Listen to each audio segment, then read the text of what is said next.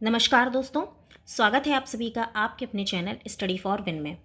और आज के इस वीडियो में हम बहुत ही सिंपल से टॉपिक की बात करने वाले हैं, लेकिन बहुत ज़्यादा कंफ्यूजिंग टॉपिक होता है। ये देखने में बहुत सिंपल होता है, जैसा कि आप सामने देख पा रहे हो, तत्सम तद्भव मैंने लिखा हुआ है। ठीक है, तो ये देखने में तो बहुत सिंपल टॉपिक है, लेकिन हमें कभी कभी बहुत ज़्यादा डिस्टर्ब करता है। तो मैं बहुत ज़्यादा लेंदी वीडियो नहीं बनाने वाली हूँ इस पर। बहुत ही सिंपल और एक छोटा सा वीडियो है। इसमें क्या है, मैं आपको ये बताने वाली हूँ कि आपके जो तत्सम तद्भव रहते हैं, इनसे क्या डिस्टरबेंस, क्या छेड़खानी की जाती है।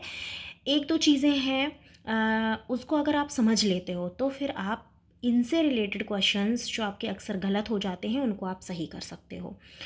तो बस मैं यही कहना चाहूँगी, वीडियो अगर आपको पसंद आ जाए तो प्लीज़ वीडियो को लाइक और शेयर ज़रूर कर दीजिएगा। और अगर आप चैनल पर पहली बार आए हैं तो प्लीज़ चैनल को सब्सक्राइब किए बिना बिल्कुल भी मत जाइएगा। अब बिना आपका टाइम वेस्ट किए हम टॉपिक पर आ जाते हैं कि आखिर तत्सम तद्भव में क्या क्या चीज़ें होती हैं जो कॉमन मिस्टेक्स होती हैं।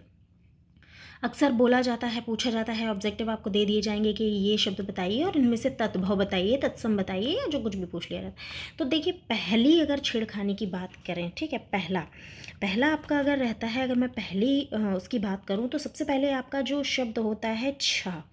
ठीक है, इस छा के साथ छेड़खानी की जाती है, यानी इसको बदला जाता है छा में। यानी ये जो आपका रहता है, ये रहता है तत्सम और ये होता है तद्भव में। यानी कि अक्सर अगर जैसे मान लीजिए आपके सामने लिख दिया जाए क्षति, तो ये जो क्षति वर्ड होता है वो एग्जैक्टली क्षति होता है।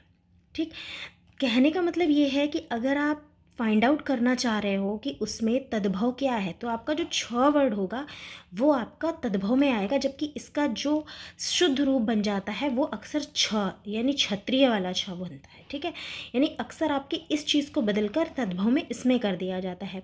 तो अगर आप सिंपली एक छोटा सा ये चेंज कर देते हो तो आपका जो वर्ड है वो तद्भव से तत्सम में बदल जाता है। इसी तरीके से जैसे हो सकता है आपके साथ लिख दिया जाए क्षत्रिय, यानी कि वो इस तरीके से लिख दिया जाए क्षत्रिय। ठीक है, तो वो क्षत्रिय एग्जैक्टली क्या होता है, ये वाला क्षत्रिय होता है। तो ये चीज़ आपको ध्यान देनी है कि आपके क्या होता है, अक्सर इस वाले वर्ड के साथ आप, मैं ध्यान से सुनिएगा मैं क्या कह रही हूँ, सिर्फ आपको अक्षर पर ध्यान देना है, पूरा शब्द भी नहीं, सिर्फ आपको अक्षर पर ध्यान देना है कि एग्जैक्टली आपके जो छ होता है उसको छा छात्री को आपके छ छात्रा छाता में बदल दिया जाता है। ठीक है, यानी ये वाला जो अक्षर है उसको इसमें बदल दिया जाता है। तो आपको सिर्फ अपने अक्षर के इस वाले पोर्शन पर ध्यान देना है कि कहीं हमारा ये वाला तो चेंज नहीं कर दिया गया है।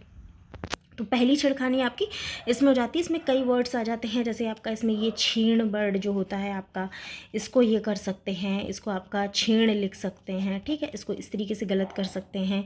या आपका जैसे शिक्षक वर्ड होता है, तो शिक्षक वर्ड जो आता है उसका भी ये जो छा है इसको ये बदल सकते हैं, शिक्षक लिख सकते हैं। तो बस आप इसको छा को ध्यान दीजिए, क्योंकि इसके साथ अक्सर बदलाव कर दिए जाते हैं। ठीक, अगर आप दूसरे अक्षर की बात की जाए कि दूसरा छेड़खानी किस में की जाती है, तो दूसरे नंबर पर आपका आ जाता है वर्ड जो है वो व है। ठीक है, व वक को ब बकरी के साथ बदल दिया जाता है अक्सर तद्भव बनाते टाइम। ठीक, इसमें जैसे आपका वक है, ठीक है, तो वक है तो वक को या तो ये बक लिख देंगे, या अगर ये नहीं लिखेंगे तो बगुला लिख देंगे। तो यहाँ पर ये चीज़ आपको ध्यान देनी है कि बा जो है वो आपका तद्भव में आता है। ठीक, जबकि व का शुद्ध रूप व होता है। ठीक, तो आप ये ध्यान दीजिएगा कि अगर आपका जो वर्ड लिखा हुआ है उसमें कहीं बा के साथ तो छेड़खानी नहीं की गई, यानी कि व को बा तो नहीं बना दिया गया है। इसके कुछ उदाहरण ऐसे हो जाएंगे, जैसे आपका लिख दिया जाएगा तो वर, ठीक है, वर को आपका बर लिख दिया जाएगा। ठीक, ये हो सकता है। या जैसे आपका एक शुद्ध वर्ड होता है विवाह, तो उसको हम क्या ब्याह लिख देते हैं, और आपने कई बार बोलते हुए भी सुना होगा। तो ये जो है वो छेड़खानी कर देते हैं।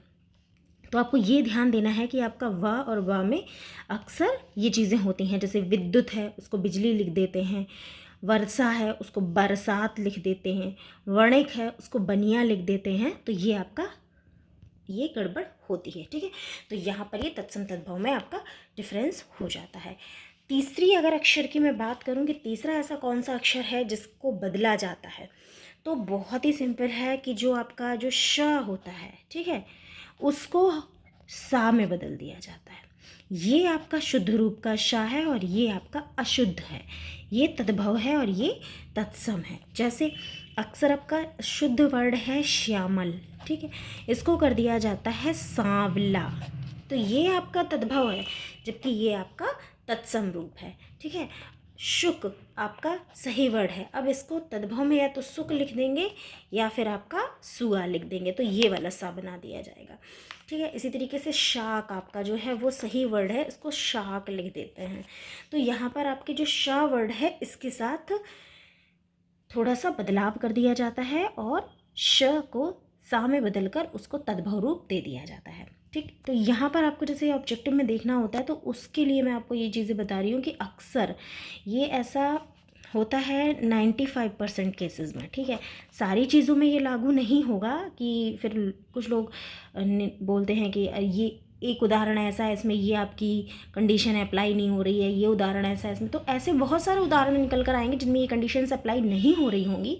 लेकिन मैं सिर्फ आपको इसलिए बता रही हूँ कि ऐसा 95% केसेस में होता है कि इन ही अक्षरों के साथ बदलाव किए जाते हैं या होते हैं, तभी ये तत्सम और तद्भव में बदलते हैं, ठीक।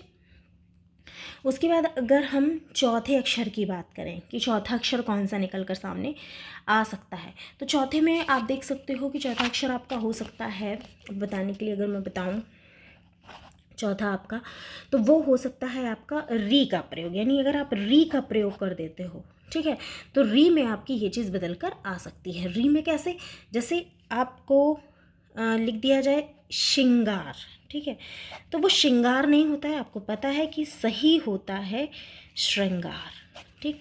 श्रृंगार आपका सही वर्ड है। इसी तरीके से आपका जो घी लिख दिया जाता है, घी आपका तद्भव रूप है, जबकि इसका शुद्ध घृत रूप है, यानी ऋर का प्रयोग करके भी अक्सर तद्भव से तत्सम शब्द बनाए जाते हैं, ठीक है। इसी तरीके से आपका सिंपली लिख दिया जाता है मिट्टी, लेकिन मिट्टी का होता है मृतिका, तो यहाँ पर भी ऋर का यूज़ किया गया है। तो इस तरीके से ऋर का यूज़ करके भी आपके जो तत्सम शब्द हैं वो बनाए जाते हैं।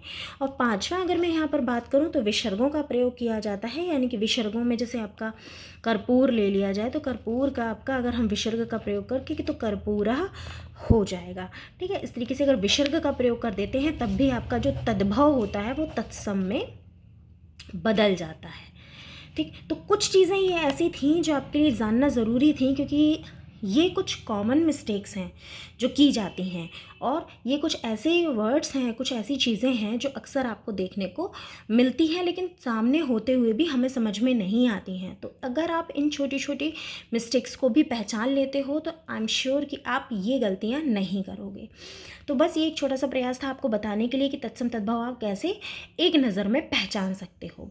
वीडियो पसंद आया हो तो प्लीज़ वीडियो को लाइक और शेयर ज़रूर कर दीजिएगा, और अगर आप हमारे नोट्स लेना चाहते हैं तो हमारा व्हाट्सएप नंबर है 9496369356। इस नंबर पर आप कांटेक्ट करके हमसे हमारे नोट्स ले सकते हो। फिलहाल के लिए इस वीडियो में इतना ही, मिलती हूँ अपने अगले वीडियो में एक और टॉपिक के साथ, तब तक के लिए नमस्कार।